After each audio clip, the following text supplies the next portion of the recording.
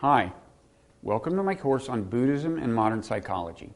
I'm Robert Raitt, and I'm here at Princeton University, where for the past couple of years I've been teaching the seminar that this course will be based on. Now, I've never taught an online course before, so I'm very excited about this. It's kind of an adventure for me, and I want to thank you all for choosing to be part of it. I want to spend the first segment of this first lecture just giving you an overview of the main themes of the course, and then I'm going to talk a little bit about myself and what got me interested in this. Now, one question you could ask about a course called Buddhism and Modern Psychology is, which Buddhism are we talking about? After all, as with other religions, there are varieties of Buddhism, just as there are different denominations of Christianity. There are different versions of Buddhism in Asia. And in addition to that, in recent decades, we've seen the emergence of something that some people are calling a Western Buddhism in the United States, where I am, in Europe, and so on, consisting of people who weren't born Buddhists but have chosen to adopt Buddhist practice, in particular meditation practice. Now, one distinctive feature of this Western Buddhism is that these people don't pay a lot of attention to what some people would call the supernatural parts of Buddhism. So, for example, if you took some of these Western Buddhists and showed them this, they'd say, "What is that?" Well, the answer is it's a hungry ghost, and many Asian Buddhists believe that you might be reincarnated as a hungry ghost in a kind of hell if things don't go well, or if things go better, you might wind up in a heaven and spend years there before being reincarnated again. But this Western Buddhism doesn't really pay much attention to these kinds of ideas. And in that sense, the focus of this course will have something in common with the Western Buddhism, because we won't be talking much about things like Buddhist deities or reincarnation. And the reason is simple. This course is about the scientific evaluation of Buddhist ideas. And reincarnation is just not an idea that's very susceptible to scientific evaluation. I don't know how you'd set up an experiment to kind of test the hypothesis of reincarnation. Now, there are lots of ideas in Buddhism that are what you might call naturalistic, that is to say, they are susceptible to scientific evaluation. A lot of ideas about the human mind. So, for example, Buddhism addresses questions like, why do people suffer? Why do we all feel anxiety and sadness and so on? Why do people behave unkindly sometimes? Does the human mind deceive people about the nature of reality? And can we change the way the mind works, in particular through meditation? Now, I want to emphasize that this kind of naturalistic part of Buddhism is an authentic part of Buddhist heritage. It's found in the earliest writings, and it is common to Asian Buddhism and Western Buddhism. It's kind of a common denominator of Buddhisms. Now, some people refer to this as a secular Buddhism, but that may be a little misleading, because I think it's possible to have a wholly naturalistic worldview that does address some of the questions that religions address and does do for people some of the things religion does for people. So, for example, I think a naturalistic worldview, including this naturalistic Buddhism, can, in principle, give people a sense that their lives have meaning, give them moral orientation, give them consolation in times of sorrow, give them equanimity as they encounter the turbulence of life.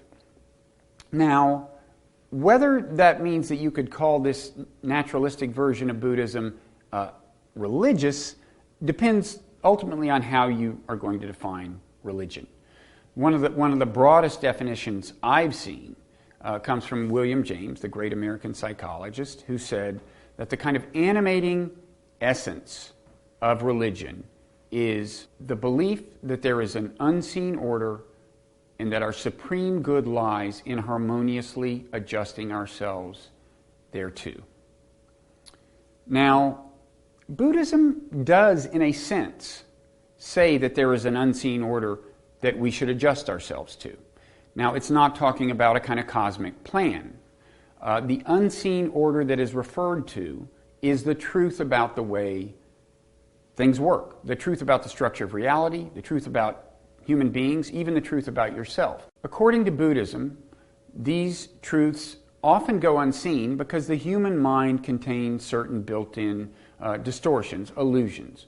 We don't see the world clearly. And Buddhism certainly does assert that our supreme good lies in harmoniously adjusting ourselves to this normally hidden truth. And in fact, Buddhism lays out a path for the harmonious adjustment.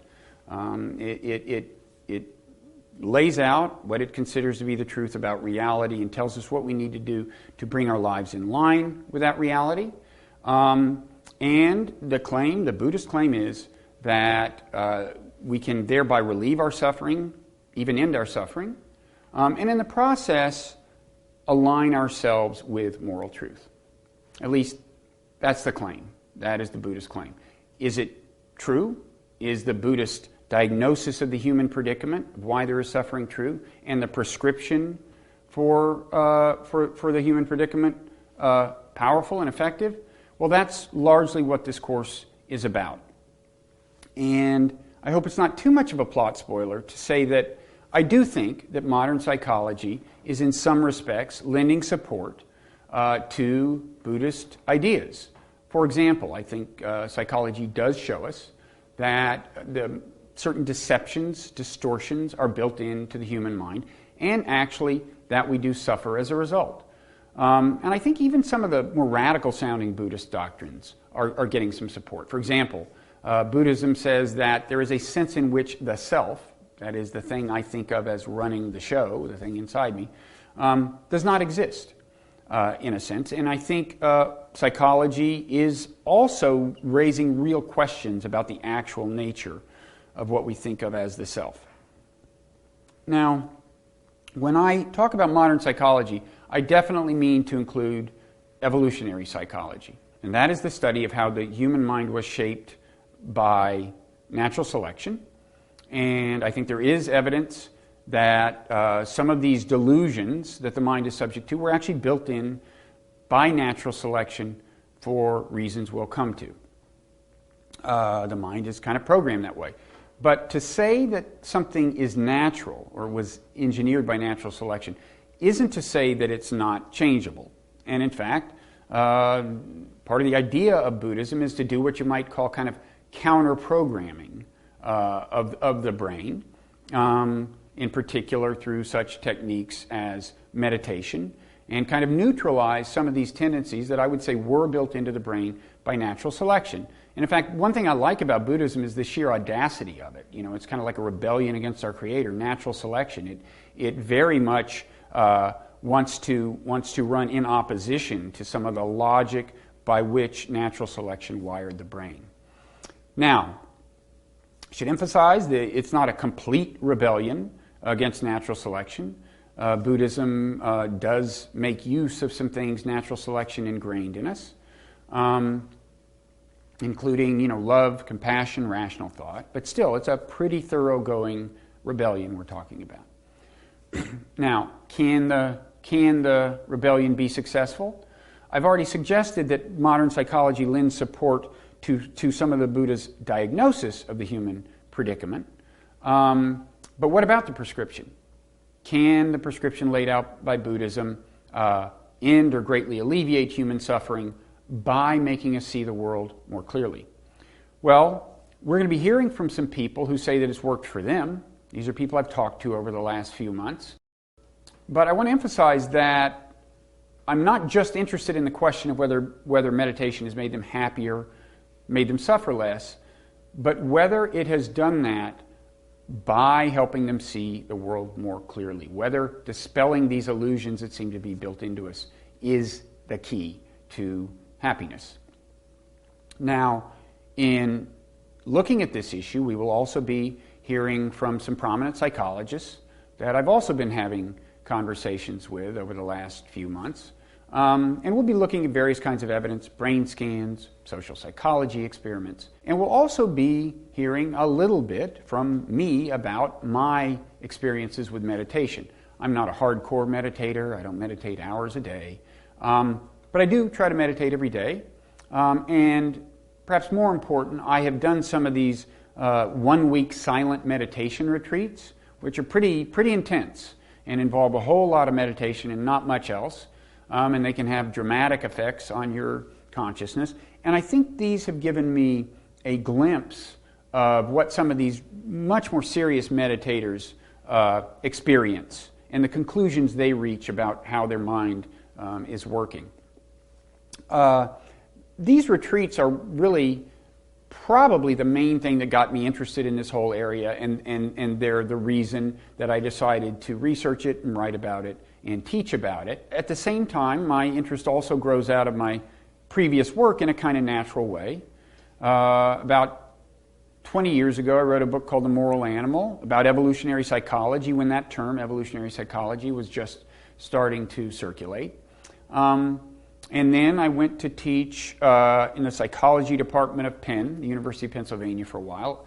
Meanwhile, I was getting more interested in religion, and I wrote a book called The Evolution of God, about the emergence of the Abrahamic God. And in the last few chapters of that, I addressed the question of whether there can be a religion that is viable in the modern world, whether you could have something you could call a religion that is fully compatible with modern science. And now I'm kind of returning to that question here, and I'm really looking forward to sharing my thinking with you and my findings with you.